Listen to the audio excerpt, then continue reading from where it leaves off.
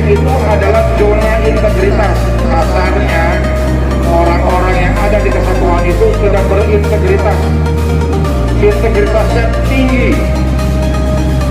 Negara memerintahkan Kementerian Pendayagunaan Aparatur Negara dan Reformasi Birokrasi untuk mengukur tingkat integritas seluruh aparatur sipil negara, termasuk kita, seluruh institusi, seluruh lembaga.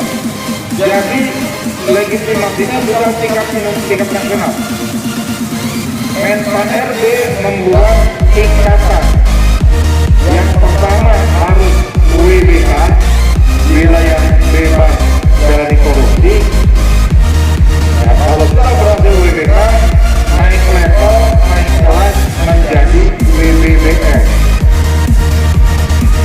Polrestabes Palembang saat ini sudah berhasil WBK.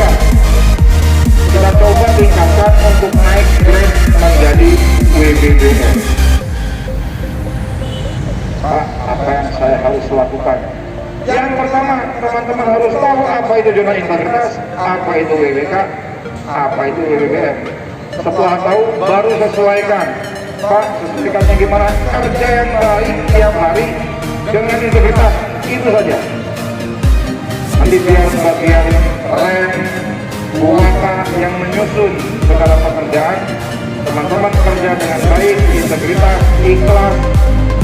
Setiap kita berbuat baik, Allah pasti akan mengembalikan kepada diri kita sendiri. Selesai, yakin. Ya, integritas itu susah mudah diucapkan, susah dikata.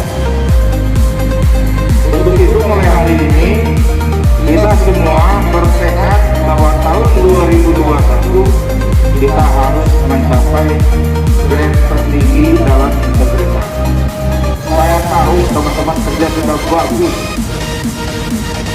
Kemarin ada mereka di dalam hari yang 9 pagi, sampai pos atas Sabaran 9:18 sudah sampai di sana. Sudah bagus. Nah, tapi itu dilaksanakan dengan ikhlas, dengan integritas. Yakinlah masih balik ke diri kita sendiri. Ya, itu. Jadi hari ini kita memberikan penghargaan kepada yang berprestasi. Implikasinya ke depan kita buktikan bahwa Polrestabes dari integritas untuk mencapai WBBM.